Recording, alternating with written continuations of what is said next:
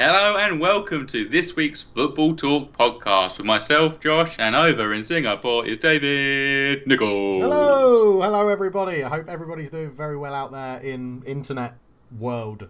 Yes, Yeah. we're in that internet land and they're sat in the world somewhere watching via the internet. Exactly. That's what life's about. I know how the internet works. Yeah. Yeah, Josh is on it for the internet. Mhm.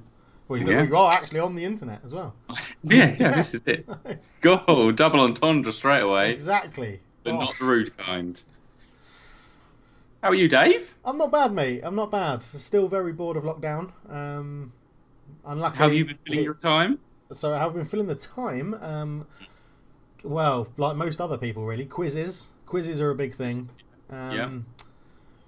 Eating. Just eating a lot. Yeah. So have you been successful at quizzes? Have you been successful at eating?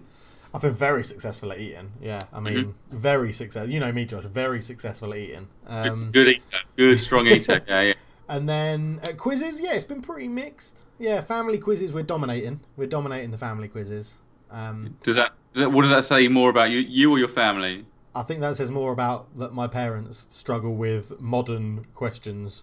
When you go general knowledge and everything's from like 1996 onwards, yeah, that's not really general knowledge for them, is it? So You ride out rule the general knowledge of you. Yeah, right out rule the family quiz. So and then friends quizzes, we're middle of the pack, I'd say. We're a solid Leicester City. Like we go up occasionally and do well, but generally top half. Okay, top half. you're not embarrassing yourself. No, Yeah. exactly. Yeah, exactly. Yeah. What I'd say about you? similar. What So about you? I've been quizzing. So I quizzed yesterday. So we had Owen was one of them, and Jim, who've been on podcast, and some other Matt Moore, another YouTuber, Matt does fitness. He was on it, and we did quite well. It was each person did a round, and we came out on top. So it's always quite nice to win. Family ones, it's been a bit different. So there's been a few different rounds, like lots of kind of creativity needed involved. So like. It'll be like reenact something, and we've had to record a video clip of something, and that's been a bit more subjective, not quite a hard fact. Are you talking like charades, or is it actual reenactment of? It's more like I know the theme this week will be adverts, and we'll have to do an advert. So what we did as a family, the Sony Bravia advert with Jose Gonzalez Heartbeats song over it. We got loads of balls, like ball pool balls, and chucked them down the stairs and recorded that a number of times and laid the song over. And so that was a quite a good one we did there. Yeah. Nice. Good. The Cools are using their time in lockdown well. It's good to get creative. It's stuff you would normally do. Eating wise, I've been eating. I've been done my fair share of eating. I don't think there's anybody in lockdown that wouldn't be eating. No, it's basically been kind of in lockdown. Do I buy my feelings or eat my feelings? It's kind of like, what am I going to do today? And so this week I bought some new golf shoes and a golf hat. I got into a bit of YouTube golf. So I've been playing a little bit more recently. And then there's an interview with a YouTube golfer called Eric Anders Lang. Don't know if anyone's aware of him.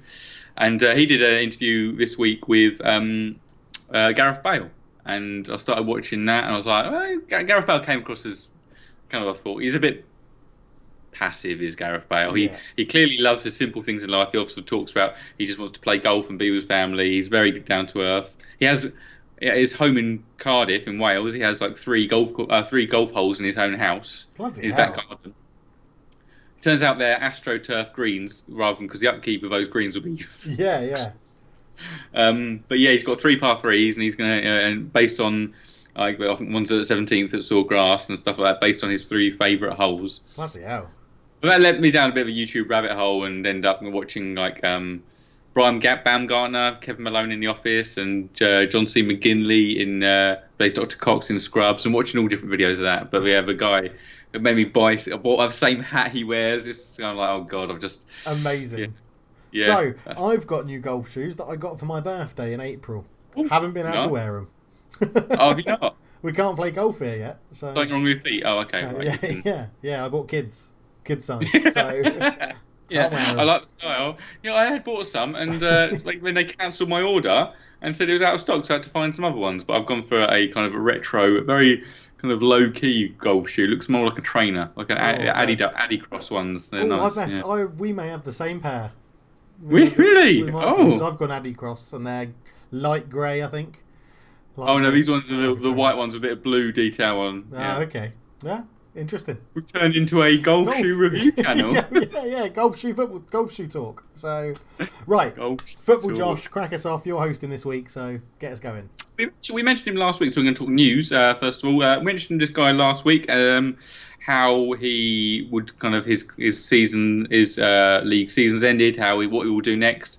Vincent Kompany, he'd been approached by Man City to take over as assistant manager, but has declined. Oh, I didn't know that. Yeah, and he wants to see out his contract. He's obviously got still his player coach. He was kind of player coach in the end, because I think the kind of job title shifted around a little bit. Yeah. But yeah, I think that'd be a really good move for him. I imagine the door would still remain open for him in the coming months and years. Does that not sort of take the piss out of the assistant manager role? Because let's be frank, right? His first managerial staff backroom job is Anderlecht. It hasn't gone very well, and still Man City are just like, yeah, do you want an assistant manager? Just come in and. Like, there's no proof to show. What about all these people that have been doing the assistant manager roles for years and looking for that break? And evidently stealing a living, mate, because all you need to do is be. I think a lot of it is that kind of arm around the shoulder man motivating. Yeah. Right? Man motivator. Yeah, man motivator. I think, because the tactical element, and he'll be a confidant, someone that the manager knows well, someone's going to work hard. I don't think. For me, I don't know. I feel like the technical side of the game is probably not the key. It's the kind of the emotional side of the game. I think might be a bit more of a facet that is needed. I still think it's it's I don't know. It just reeks of he knows the club, which I hate. I hate in football. Yeah. I mean, imagine if your own club appointed a manager because they know the club, eh? Yeah, I know, it's dreadful. Well, I didn't want Solskjaer to get the job permanently. I thought temporary manager, great, that'll be fine. But so yeah, I didn't. But at least he's been a manager again, though. At least he's been a manager. He had managed a couple of clubs. And he did win something at Mould. He did win the league at Mould. So he was a manager. Vincent Kompany has gone to a job as a manager, not lasted because they changed his job to player coach rather than player manager, and is now being linked to and offered the Man City assistant manager job, which is crap in my mind. I don't know. Work. I also feel like the assistant manager job is a bit of a hiding place. It's not. You're not really in the forefront of anything. No. You're kind of in the football environment still. There's really little. You don't hear of many assistant managers getting sacked. No, they leave when the manager just gets sacked. Yeah. Not many changes of assistant manager at clubs, are there? In terms of, it's just, is it the ultimate yes man to be an assistant manager? I think it might be. I think I want to bring on Jesus for Aguero. Yeah, great decision, boss. Yeah, I mean he is our striker on the bench, so go for it. So yeah, but in terms of normally the only way an assistant manager leaves is if the manager gets sacked or if he gets a new job. I don't really know of any assistant managers. Maybe was it Steve Bold got demoted and Freddie Ljungberg took his place or something like that. I think maybe something with Steve Bold, but I think that was a change of managers and he kept his job and Umar Emery just shifted it around a bit. But I think it's a bit of a safe, which is what I was a bit surprised to see. Obviously, you've got Lampard manager, Gerrard manager. I was surprised to see John Terry go assistant, if I'm honest. Doesn't want the pressure. Can't handle the pressure. It's nice. It's not his problem. Just wants to wear that full kit all the time. Yeah, that's what he wants. If they lose, it's not his fault, is it? So, could we see John Terry take over? Say, Aston Villa drop off a cliff, and we've got 7-8 games left. I can't remember how many's left now. And last, kind of like Scott Parker at Fulham, and John Terry. Yeah, 100%. I could see that. Yeah, Aston Villa firing. That's normally the way it goes, isn't it? Yeah, 100%. And then he'd keep the job if they go down. He'd keep the job in the Championship for the first 10, 12 games. Realise he can't do it. Yeah. He'll go back to assistant manager when they hire the new manager. Done. Yeah. Called it. Nailed it. Or could we see him doing a bit of Vinny Company and going, you know what? As soon as Dean Smith's out of the way, he's like, you've been holding me back. I want to play. And he's going to play in defence for the remainder of the season. It reminds me of Barry Redknapp on the Peter Crouch podcast. Oh, terrific player. And he said the first thing I would do is give him a pair of boots and get him back on the pitch. No, Harry, don't. No. Oh, unbelievable stuff. I don't know. It didn't sound like a bad idea to me. Oh, be quiet. He'd get ripped to shreds now. He hasn't played for like, what, 9 months? Yeah? He'd get ripped to shreds as a centre-back. I don't know. I've been watching The Last Dance. Michael Jordan stepped out and played baseball for a while and came back in. Boom. We have some championships coming up. Yeah, but John Terry is not like Michael Jordan.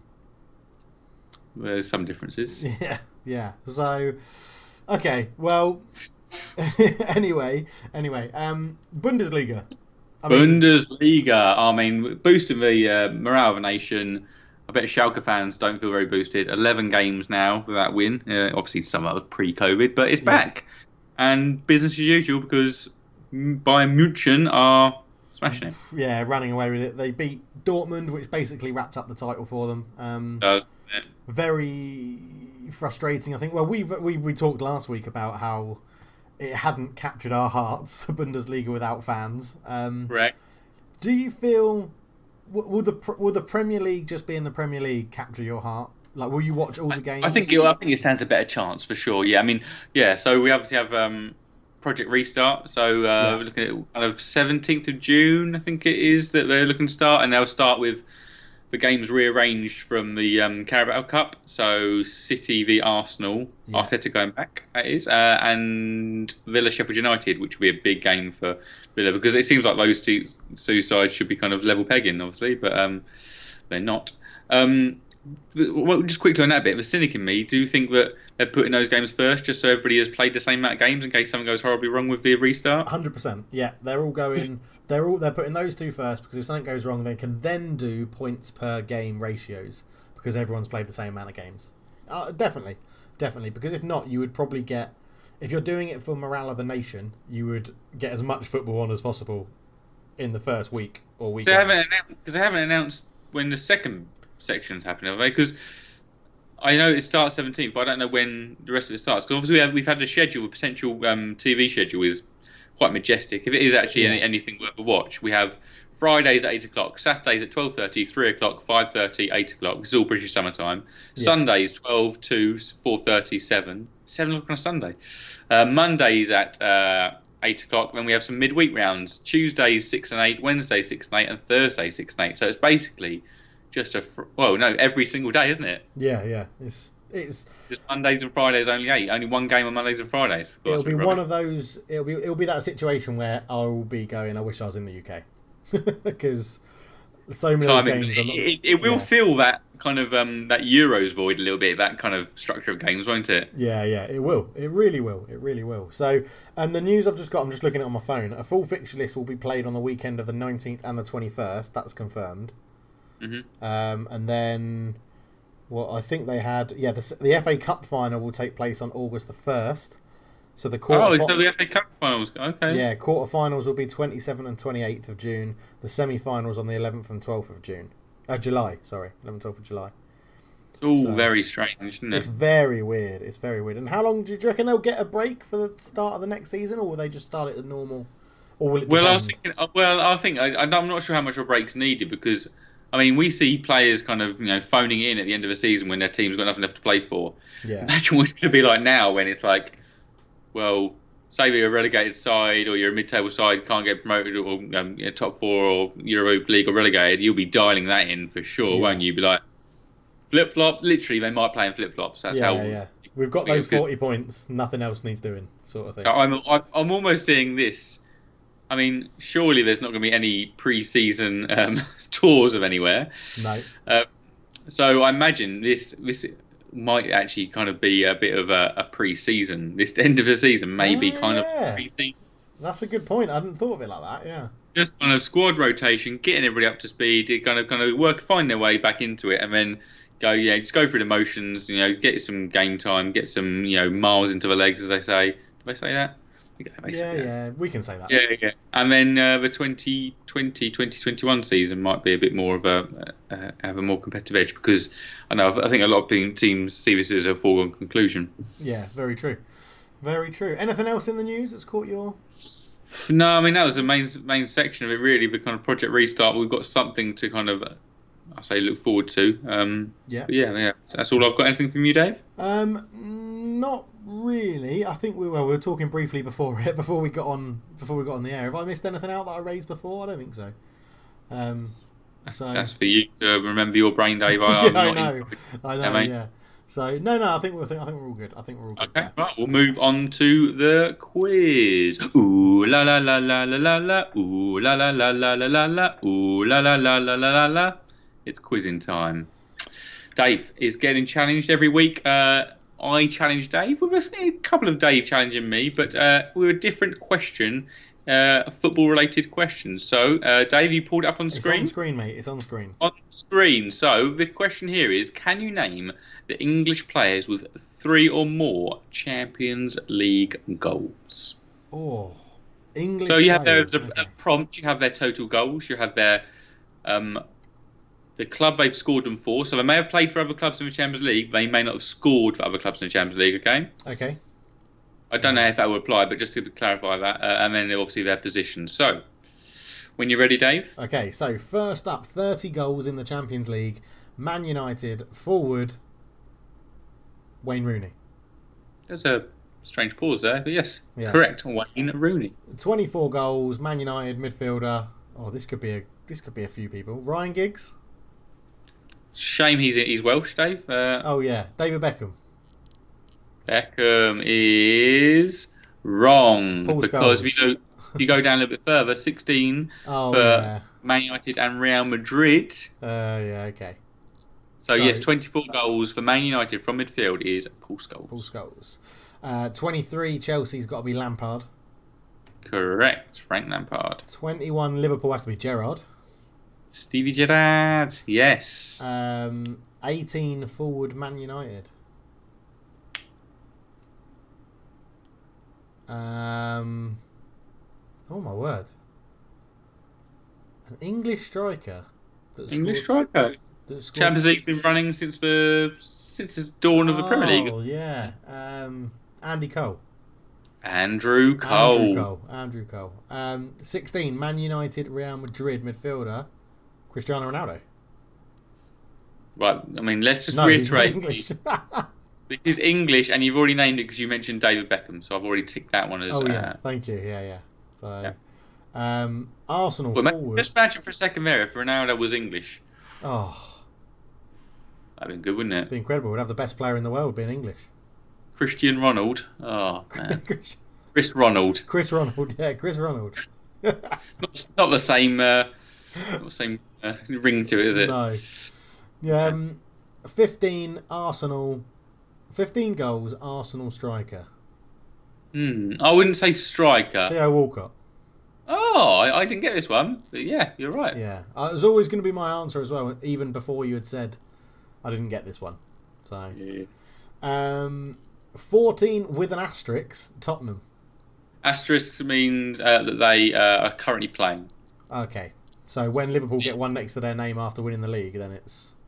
Yes, same asterisk. It doesn't really count. With that, Troy Deeney made a nice little point on that, and we'll get to him. But around if you're running a marathon, you run 20 miles, stop, then run the final 6 miles. It's not quite the same, is it? It's not. It's not the same, but you are playing the same amount of football as any other season, and you are. Yes, very true. Actually, yeah, that is very true. That's a very good point. Very good point. Back to the quiz. You got Man City and Tottenham players, 14 goals apiece. Yeah. Both English. Okay. Man City midfielder, 14 goals. English. Now, Man City can't have had too many English midfielders. And I would say the midfielder here might be a bit of a red herring. He's as much as a forward as. Oh, okay. The Arsenal forward, I'd say. Oh my God. Who on earth have they had? Oh, Raheem Sterling. Raheem Sterling. Yeah, you wouldn't consider him a midfielder, would you? No. Tottenham forward, Harry Kane.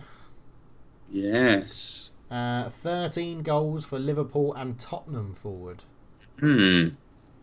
Robbie Keane? I will reiterate. He's not English, yeah. He's not English, I'm an idiot. Fucking hell. Absolute moron.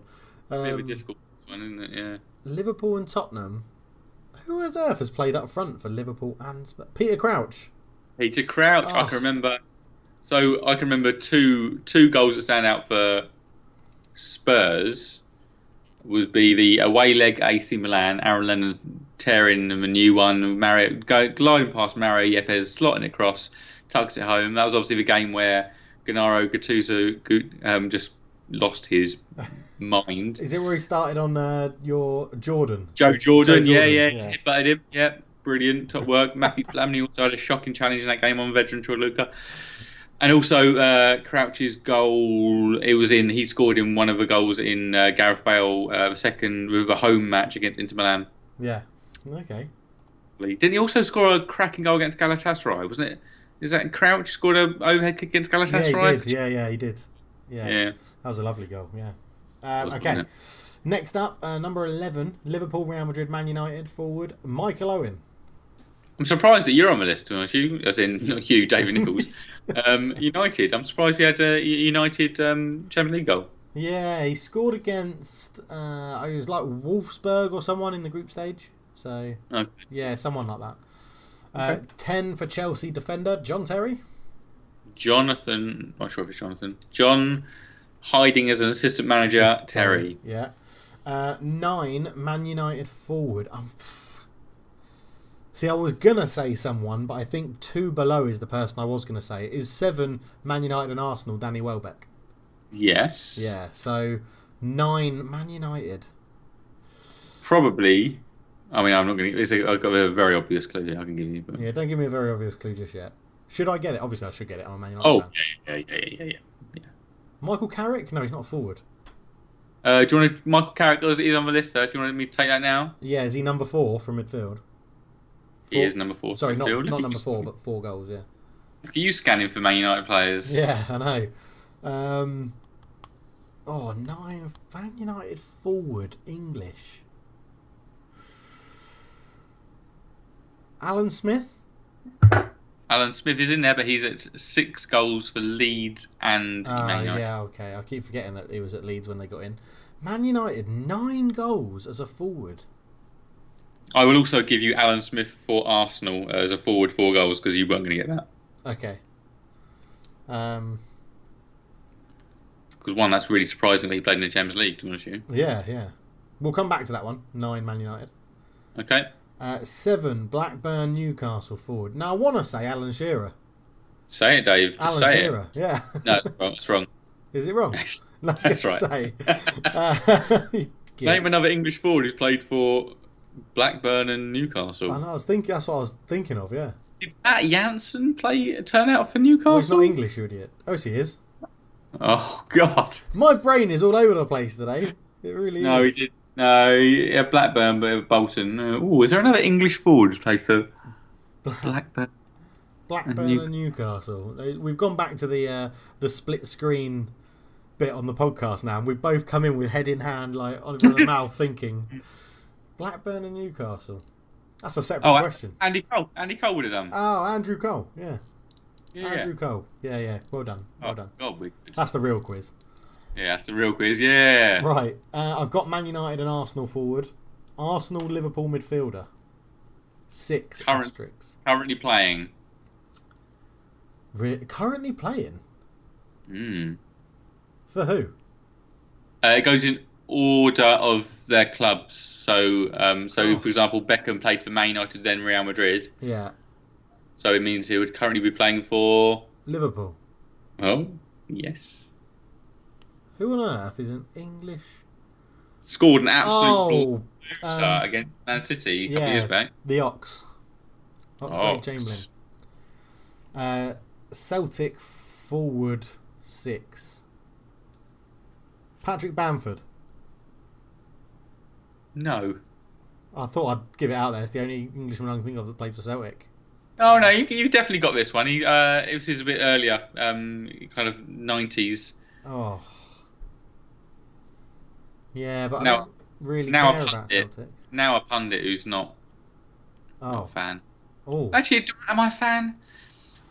He's quite contrary, but... I'm not going to lie, nothing's coming to my mind, so we'll leave that one as well. Okay, we'll leave that one there, yeah. You definitely know him, though. Okay. Chelsea midfielder 6. Yeah.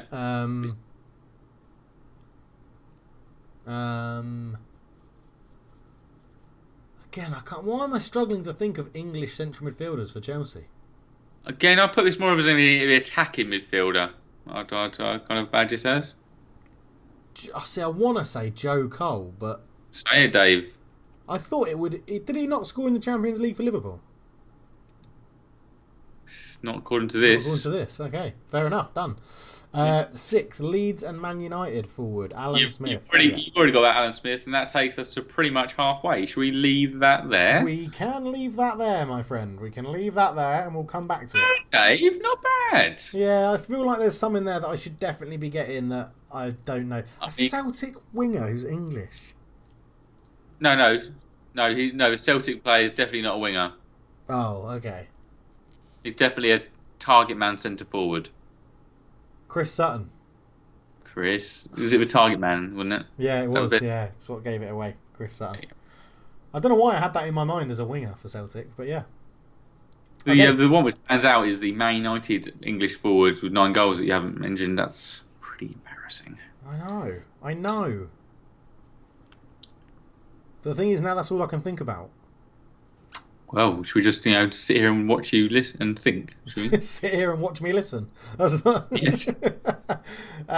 No, let's move on. We'll move on. So we're now going to talk a little bit around, because obviously we've had Premier League's been on lockdown, been shut down, the no games, but the spotlight's still been on the players, still been on the clubs. So we just wanted to kind of cover kind of a broad kind of look at who we thought has kind of been winners and losers over the past kind of couple of months. I've mentioned a few times I feel like Tottenham have been winners. Yeah. Because of how they've had a number of players are back from injury.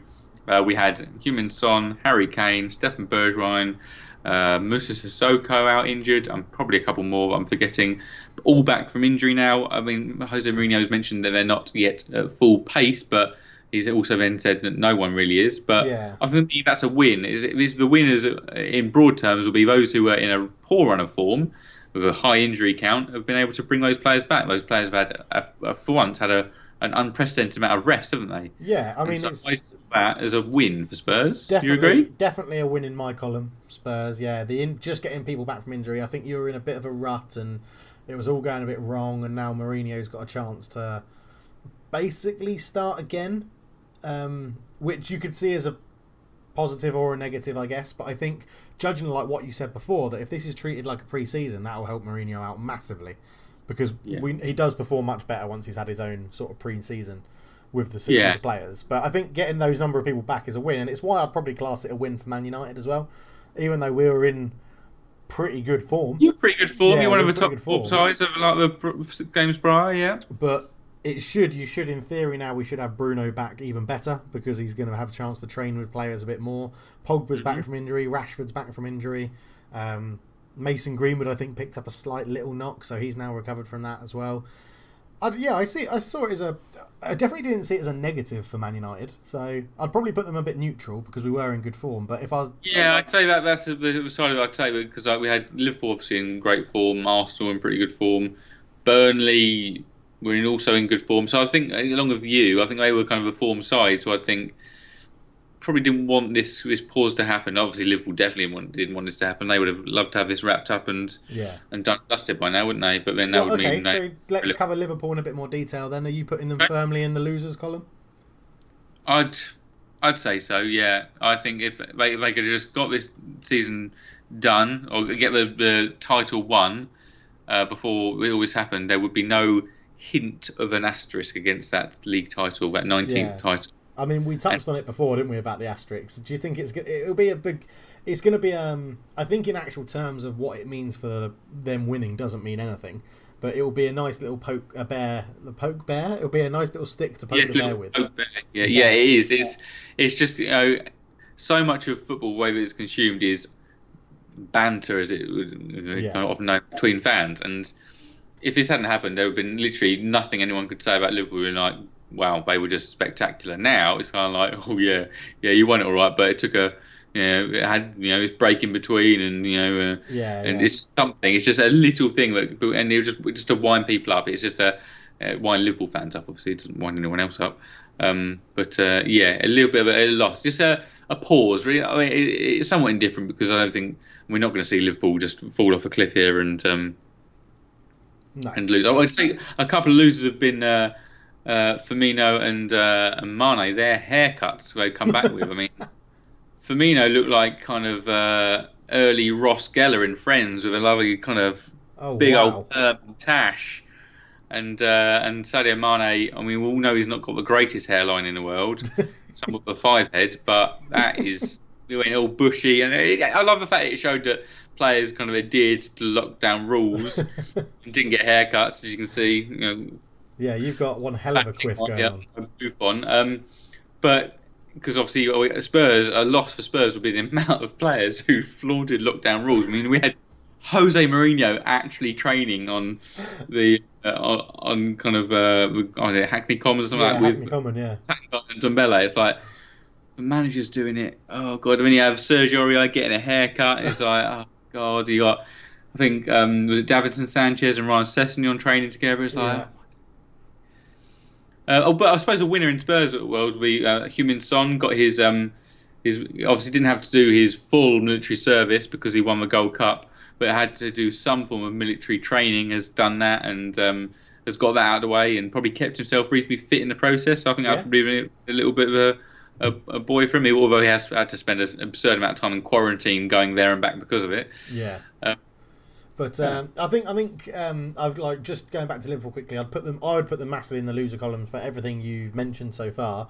But also, they're going to win the league, but they're going to lift the trophy in an empty stadium. That is got to be heartbreaking for Jordan Henderson, Klopp, and because there's just going to be. I'm sure fans are going to gather outside and applaud and all that. But I think if I remember rightly as well, I read that the two Liverpool games where they're mathematically going to win or should mathematically win the league is going to be at a neutral venue, so that doesn't happen.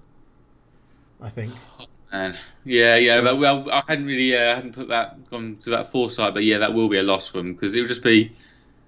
I know it's a moment like players would have dreamed of, and they've seen people lift like trophies and walking out of stadiums and fans cheering. It will. And as much as you can go, yeah, we can have a celebration when it's all back up and running. It's not that.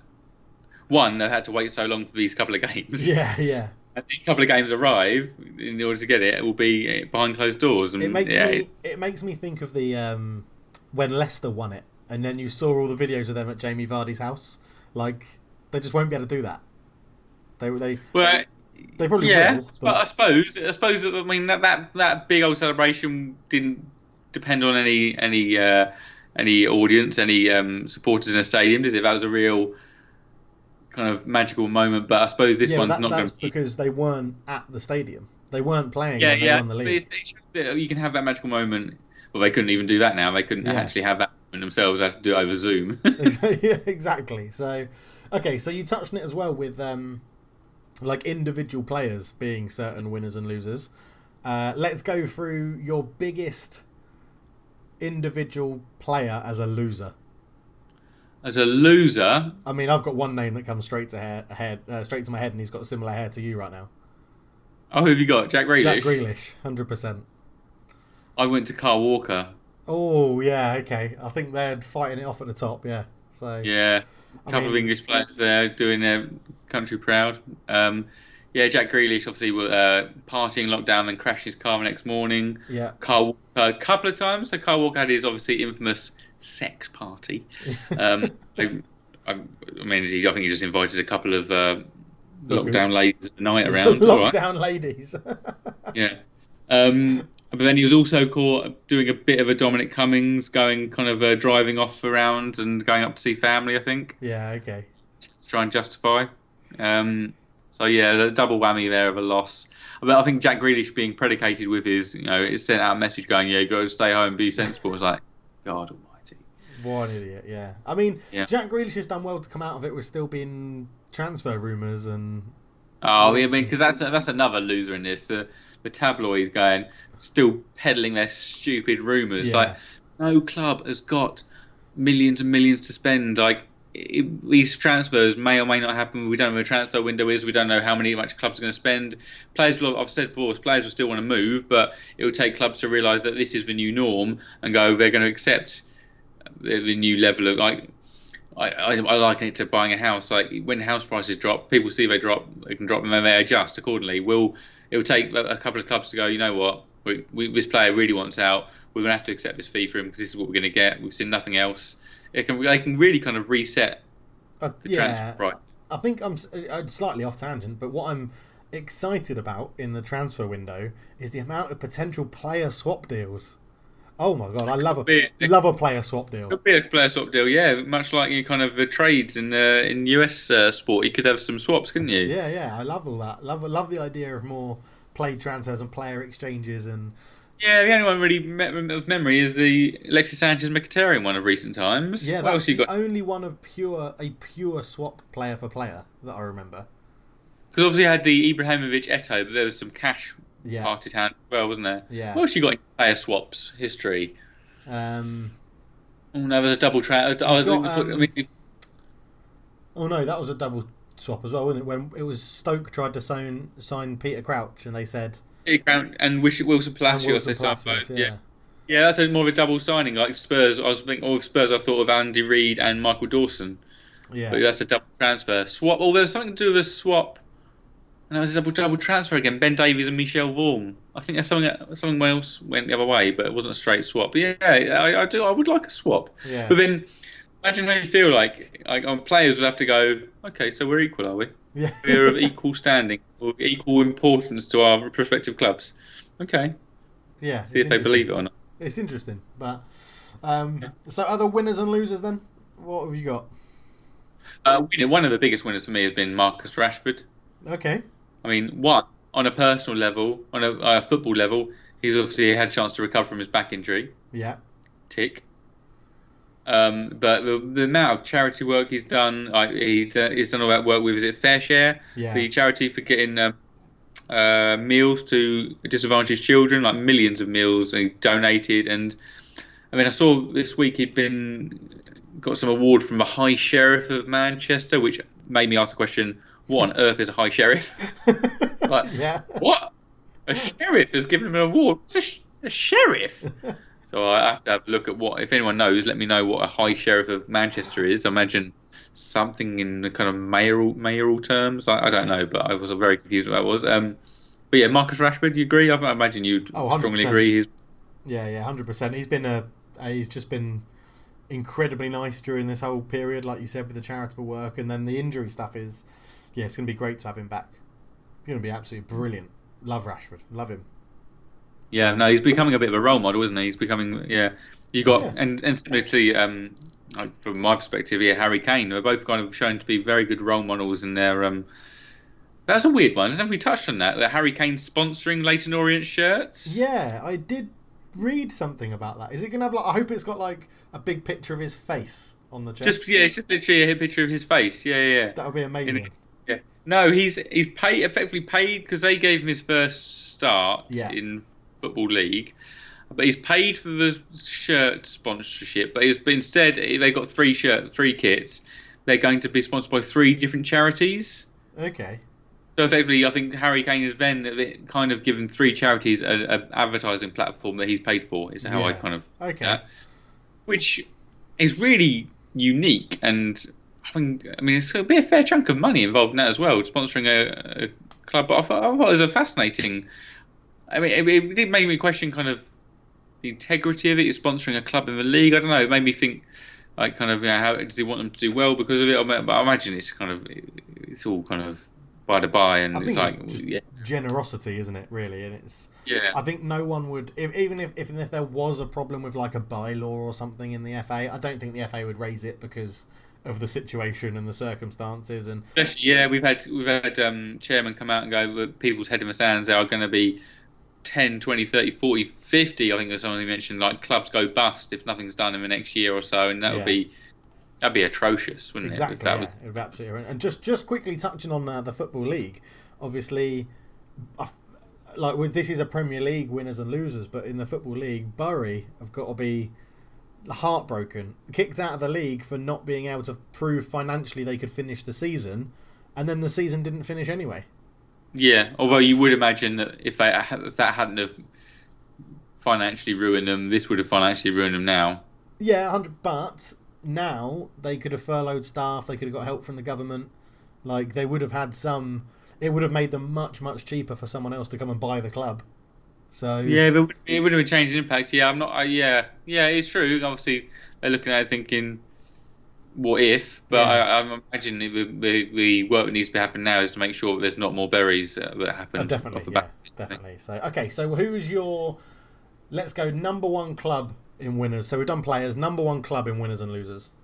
What do you, who's won? Who's done the best out of it as a club? Who's done the worst out of it as a club coming back from, or during the whole situation of COVID and coming out of the other side of it? Who do you think it's going to benefit the most? And honestly, I do think Tottenham. I honestly do think Tottenham will benefit this because, like we've mentioned, Mourinho and having to kind of that time he has, the amount of time he's had to prepare and analyse and review things. I think Tottenham are going to be a big winner. Okay, all right, loser. I think the overall loser because of this whole thing will be Liverpool because of lifting the title elsewhere. It's an unfortunate circumstance. They haven't lost in this time really, in much more than any other people. They're in good form, obviously. They were heading to a title, but it's not like that's going to slip away from their hand. It will just now change in how it how it happens. I mean, Josh, we mentioned this would be a conversation about that we'd have on this podcast, but we didn't allude to any teams that we would pick as winners or losers. But what you've just said fits wonderfully into the new thumbnail that we've got for today's episode. Yeah. I think it's hard for me. I think I've got this really worrying feeling that Leicester City are gonna not come out of this well because they were riding high on a good wave. I think this is going to Brendan Rodgers obviously got ill, didn't he? Brendan Rodgers got ill, so he hasn't. You would imagine he's not been able to do much sort of working at home because he's been recovering, and it gives the teams below them, like Man United, who we've said were in good form, but now they're going to get their best players back in terms of like Pogba and Rashford.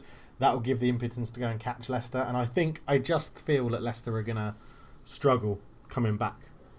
The only thing I'd say about this, because obviously we had Vardy had a season of two halves so far, didn't he? He scored unstoppably in the first half, and then there's a massive goal drought. So maybe this just obviously he's getting older. Maybe this kind of rest has really helped him out, and he might come back firing again and push him over the line. That's the only thing I can take from that, maybe. But there's something we'll be taken from there. I have been a bit like with Leicester. I've been a bit annoyed, like it's in some teams of the season, and they put in Soyuncu in the centre back of the season. I'm like, come on, with this, like he was pretty good. I granted, but he was in a side that was flying high because they were winning games because they had Jamie Vardy scoring. I don't think if they had that, I think it's just far too kind of just reactionary to include him. And you see fans talking about, I wish our club could sign Soyuncu. It's like, Christ, the guy's had half a season. It's not called him the best yet. Yeah, very true. Very true. Okay, cool. A couple of other winners I mentioned, obviously Jordan Henderson. It seems like a long time ago now, but he was obviously one of the people at the forefront of the charitable donation that all the Premier League players who signed up to it were giving because they were goaded into it by the politicians. Yeah. He did well there. I think James Milner has done really well. He kind of lent into his James Milner boring character and released some quite amusing videos on social media, like counting tea bags, and I think it was cutting him his and grass, wasn't it, with his scissors? Yeah. And as much as it pains me to say, I got quite a lot of respect for how Troy Deeney's behaved in this period. Okay. Just the way he's often outspoken, but in this, I'm full regard. In this regard, I fully agree with his stance on Project Restart and how necessary it is and putting people at risk. And I fully stand behind him on this one. Is he back on the Football Talk Christmas card list, or is he not quite there? Not quite there yet. Okay. Bit more rebuilding of the reputation for. We'll see how it goes. Fair enough. Cool. Awesome. Okay. Well, I've covered all of my bits. I think I wanted to do on winners and losers. But let us know, people, if you think that you strongly disagree with our choices of winners and losers. If you think someone we haven't mentioned that needs to be kind of be mentioned, just let us know, because obviously different people watch different elements of football. A local side to you, you think it was won something, lost something in this time? Let us know. Yeah, definitely. All right. Definitely. Okay, Dave, do you know what time it is? I know what time it is. I got a wiki file. Here comes a wiki file. I got a wiki file for you. Hey! Although, ironically, you've got a wiki file for me, Josh. So Yes, it's on the screen now. So I guess if I say it, see it. That's the wrong way around. Do it. Yeah. See it, say it, say it, see it. Yeah. Right. Live. We have arguably a Croatian youngster, well, Croatian person. Zamaj Makaraska. Oh, that's better than I thought you'd do, actually. It was his first youth career, and then he moved to Hajduk Split, and he made his senior step up to Hajduk Split a year after we were born, Josh, 1987, and he stayed there till 1991, making 95 appearances, 27 goals. Not bad, not bad. Not bad, yeah, not bad. Then he got a move to France. In 1991 into 1992, he moved to Cannes. Is that how you say it? Cannes? Can. One appearance, 0 goals, which got him a move to Marseille, which seems like quite a jump after one game. Yeah, very injury struck in that, yeah. Yeah, I'm going to say that was maybe Marseille had a deal lined up straight away. You would have thought that they were like, oh, we missed out on him. Well, maybe we can get a bit cheaper now, but we're not having to do something. Yeah, because he joined them and was Ligue 1 top scorer of that season. Oh wow, okay. So 92-93, Marseille, 58 appearances, 33 goals, very impressive. Which got him a move to Serie A for Lazio, 93-96, and that would have been a high flying Lazio team at the time. I think, as in the likes of Crespo. Well, he won the league with them in that year. But the goals, in his second stint, he won the league with them, actually. Goals slow down, 17 and 67, and there must be a few injuries in there. Three seasons, 67 games. You'll be looking at, if you played all the games, it's about 90 something, isn't it? If you play all the games there. So yeah, okay. Moved to Juventus though. Didn't put Juventus off. 96 to 97.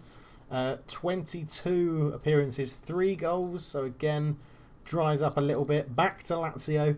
97 to 2000, 48 appearances, 14 goals. Again, 3 seasons where not that many games for that amount of time at the club. And then 3 seasons to end it at Middlesbrough, 2000 to 2003, 68 appearances, 22 goals. Oh, now, I've said it's Croatian. I actually think it's Spanish. Do you? Is it Mendieta? No. It's not. It's not Kasek Mendieta. No, Oh. There would have been Valencia in there if it was, wouldn't there? Oh yeah, of course. It's the Middlesbrough that's done it. Ah, I have to stick with Croatian then. He has to be Croatian. Starting in Croatian, yeah. Makarska and Split. Lovely place, Split. Have you ever been? I have not. No, Oh, I've been to Zagreb though. Oh yeah, I love Zagreb as well. Lovely place. Oh, okay. I'll have position. I think midfielder. No, he is a forward. Oh God. Now Middlesbrough strikers, Croatian Middlesbrough. There can't be many Croatian Middlesbrough strikers. In my head, I've got like Rebic, but he's modern, isn't he? He's modern, yeah. Yeah. International stats. You want him? Yeah. Go on. Just say them. Yeah, it was for Croatia from 93-2002. 40 appearances, 10 goals. Oh, so he would have played at potentially at 96. He was a bit unfortunate injury, so he did play for them in Euro 96, missed France 98, and then played to 2002. Oh man, this is gonna. I can't. I just can't get it. Who is it? Croatia, Middlesbrough. Come on, Dave. Eastern European. He might be the only Croatian to play for Middlesbrough, I think. Oh my God. Do you know who I came to look at him because I was looking at was it the 96-97 Champions League final? Borussia Dortmund beat Juventus 3-1 because Lars Ricken came on and scored a lovely lobbed goal, and I was looking at the sides in there, and there were some players, very few players who played in the Premier League who lined up for them. So we had, well, I'm not sure. I think it might be only this player who played in the Premier League. We had Paul Lambert for Bristol Dortmund who played in Scotland. Yeah. There's another Italian player who played for Rangers. But there really wasn't too many. But I mean, this player caught my eye. I am struggling here. Were Middlesbrough in the Premier League for all 3 seasons? All 3, yeah. Yes, he started up front with Christian Vieri for Juventus. Christian Vieri also does seem like a Middlesbrough player. I think he should have been. Yeah. Oh, Karl-Heinz Riedler would have been. Ex-Liverpool. Did Paulo Sousa ever play? He went for Swansea, didn't he? Manager, but no, he never played in the. Middlesbrough Croatian striker. There's going to be people watching this. I thought of him as a very classy player, but yeah, again, was kind of just hard luck with injuries. Do you want me to give it to you, Dave? I've given myself about 2.5 minutes just trying to think of it, and nothing's come to my mind. And if it doesn't come straight away, Josh, it's not going to happen. So put me out of my misery. It is the Croatian number 9, Adam Boksic. Oh, Boksic. Oh, yeah. Bloody hell. I didn't know. One, I didn't know he played in the Champions League final. No, that's what that bit before. Mainly my memory of Champions League finals comes from the '99 onwards. Yeah. Those bits beforehand where I'm like, oh yeah, he kind of players who, because that's another player who I think lined up for Borussia Dortmund was Stefan. I can never pronounce this. Stefan Chapuisat, the Swiss player. Chapuisat. Yeah, and I was like, yeah, you know what? I always saw him knocking around on older versions of Football Manager, being like a free agent or something. You know, you pick him up and he's still playing. I'm like, you don't think of it doesn't cross my mind as a kind of a Champions League finalist player. And maybe I'll have to dig those out, those early Champions League years. And I think those I think that'd be pretty good. But a great wiki file, that one, Josh. Absolute belting. I bet you were delighted when you saw he had played over 30 games for I was Borough. like, oh, Adam, I can still got a bit of memory of Borough, and so I was oh yeah, I'm not failing the Kana rule here. I was like 68 Evo's Championship. No, lovely, unbelievable stuff. Great wiki file. Well done, Josh. Thank you. Very rare that we stump each other on wiki files, so that was good. And not even with a real rogue number. This one was it? It was no. He's playing the Champions League final, Dave. So exactly. So right. Well, well done to me on stumping you on the wiki file. We'll go back to the quiz now. See if I stump you again. So I challenge you to name all of the English players who've scored 3 or more Champions League goals. And Dave's done pretty well so far, naming the top scorer Wayne Rooney.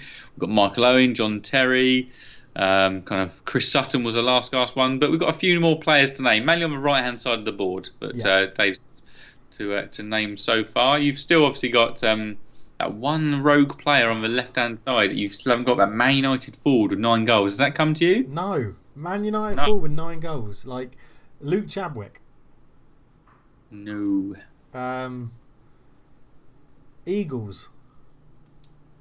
Dave, this guy. this is a guy. He scored big goal. Teddy Sheringham. It was going wide. He tucked it in. Yeah. God, that was too difficult.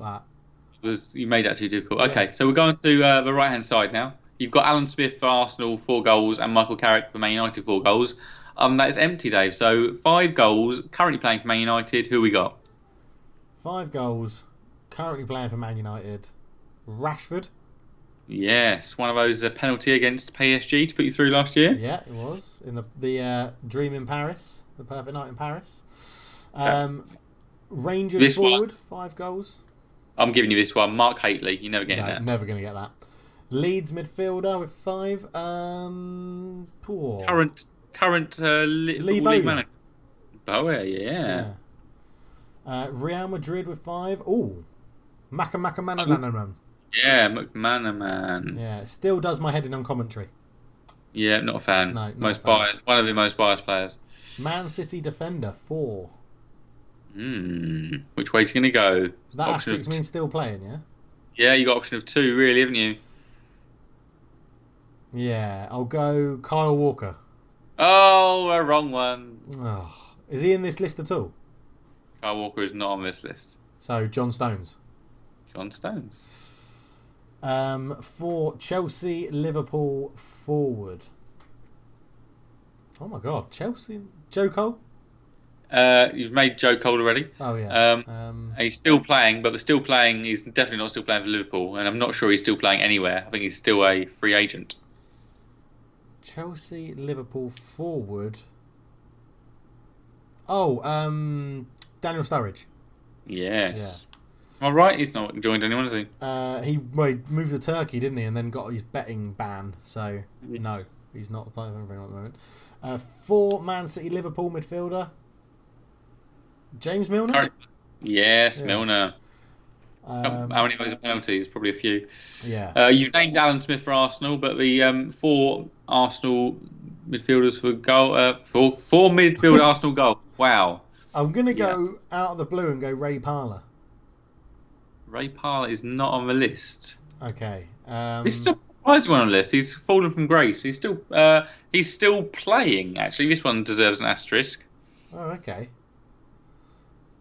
There's a couple, so I'm going to add some asterisks here because there's a couple missing. Okay. Arsenal midfielder, 4 goals, still playing. Can't still be playing for Arsenal. No, not still playing, and barely still playing. Actually, he's struggled with injuries. English Arsenal midfielder. Arsenal fans always talk about him having the greatest ever game was against Barcelona at Emirates, and so he was Jack Wilshere. Jack Wilshere. Wow. Okay. Yeah. I'll give you a next one because again you won't get it. It's Mike Newell. Oh, I would have got that. Yeah. I reckon I would have had a good chance of getting that. What? Mike Newell, yeah.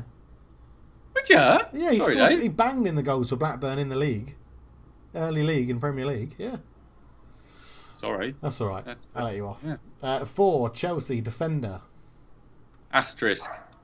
Oh, okay, that gets rid of the name I was going to say. What was the name you were going to say? I was going to say Wayne Bridge. Oh. Chelsea, defender, 4 goals, still playing. Or Ashley Cole, you could have said. But... Or Ashley Cole, yeah. Oh man, no. Who the bejesus has they had? Centre back. English centre back that isn't John Terry. Correct. I can imagine there'll be some screams at the screen at that point, like, "Oh, come on!" Yeah, there will be. There will be people yelling at the screen. You partnered him. Gary Cahill.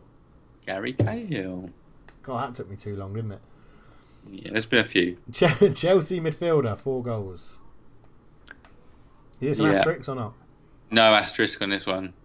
English Chelsea midfielder. I don't like him. Troy Deeney. He came on TV a few years back with a very suspicious looking hairdo. Looked almost like a wig. Oh my. Had a very obscure role at Newcastle, actually, if I remember correctly, as a kind of director of football type role at Newcastle. Dennis Wise. Dennis Wise, yeah. Bloody hell, I don't remember him scoring any goals in the Champions League. Must have been against some terrible people. Terrible clubs. Liverpool for no asterisk, and he probably should have done better. This was a forward, for goodness sakes. Robbie Fowler. No. Fowler not scored more than 3 goals. No. I was just thinking that, yeah. Yeah. Obviously not. Or he didn't, this is wrong. Or your quiz is get a 40 and I win by default. So. Again? Was that again? Yeah. You've got a track record, Josh. We know that. Got a track record of cheating. Cheating the old Carner rule. That's where I... That's where you mess up, definitely, yeah. Liverpool forward, 4 goals, English. Is it obvious? Yes, he's. Would I think of him playing for Liverpool? Yeah, he did his best football at Liverpool. Also played for Leicester, Aston Villa. Um, Stuart Leicester, Downing. No, he didn't play for Leicester. Leicester, Aston Villa. Must have been Birmingham. I think he played as well. Emil Heskey. Emil Heskey. Got any other clubs to list? No.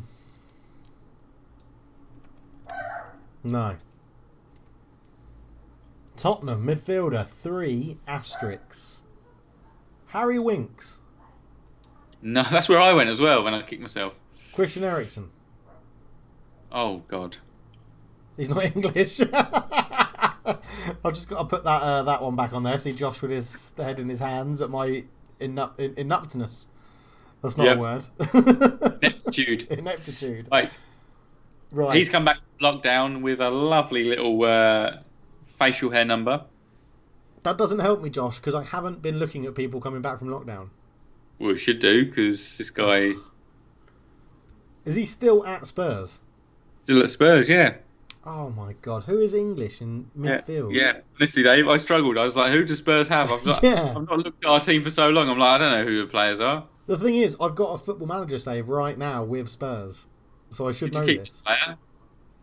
Did I keep him? Have you sold any English attacking midfielders? Dele Alli. Right. An Arsenal centre-back. Tony Adams. No, Steve it's not. Bold. No. There's only one left. He'll jump all over your dog because his name's Rude. Oh, Martin Keown. Very nice, Joshua. Very nice. Celtic midfielder, 3 goals. Yeah, come on, Dave. This guy, left-sided, probably left wing-back, left midfielder. Did he ever play? I think he must have played. No, he's Scottish. I corrected myself before you could do it. So let me see where this guy.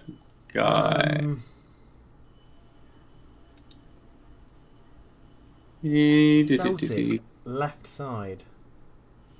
Yeah, he didn't. I don't think. Oh, he did play in the Premier League a little bit for Aston Villa before he moved to Celtic, and a little bit at Bolton. But then, Celtic. I mean, 158 appearances, 37 goals for Celtic. Scott Sinclair. No, this is he retired. This guy retired in 07/08. Oh no, who is it? Alan Thompson. Oh no, I was never going to get that. Never getting that. And then finally, Liverpool midfielder, 3 goals. Just a second here. In personal life, on Alan Thompson's Wikipedia page, Thompson's cousin, David Longstaff, is a former British international ice hockey player whose sons are Sean and Matty. There you go. Linkage. That's a little... Yeah. Yeah. I found the other day that... I'm going to forget who this is now. Oh, no. Obafemi Martins is married to Mario Balotelli's sister. Really? That's quite cool. I bet that'd be an absolutely mental wedding. That'd be amazing. Yeah, that'd be great wedding. Yeah. Right, last one, Josh. Liverpool. Last one. 3 goals, midfielder. Loved a goal against Man United. Loved a goal against Man United. Yeah. He's also played for Tottenham. Also played for Charlton and Fulham. Tidy little player, nothing special. Scored a lovely little lobbed goal against Man United and a lovely little free kick. Danny Murphy. Bloody hell. Yeah, 3 goals for him. Yeah. It amazes me that he's on the list and Robbie Fowler isn't. I'm going to have a look at English players who've appeared a number of times in the Champions League. I'm going to have to look at English appearances and then who's missing off this list. Who's like, Robbie Fowler's got 20 appearances in the Champions League and 2 goals or something. That'd be interesting. Yeah, I'll have a look. Bloody hell. All right. Well, that's that then, Dave. We've quizzed.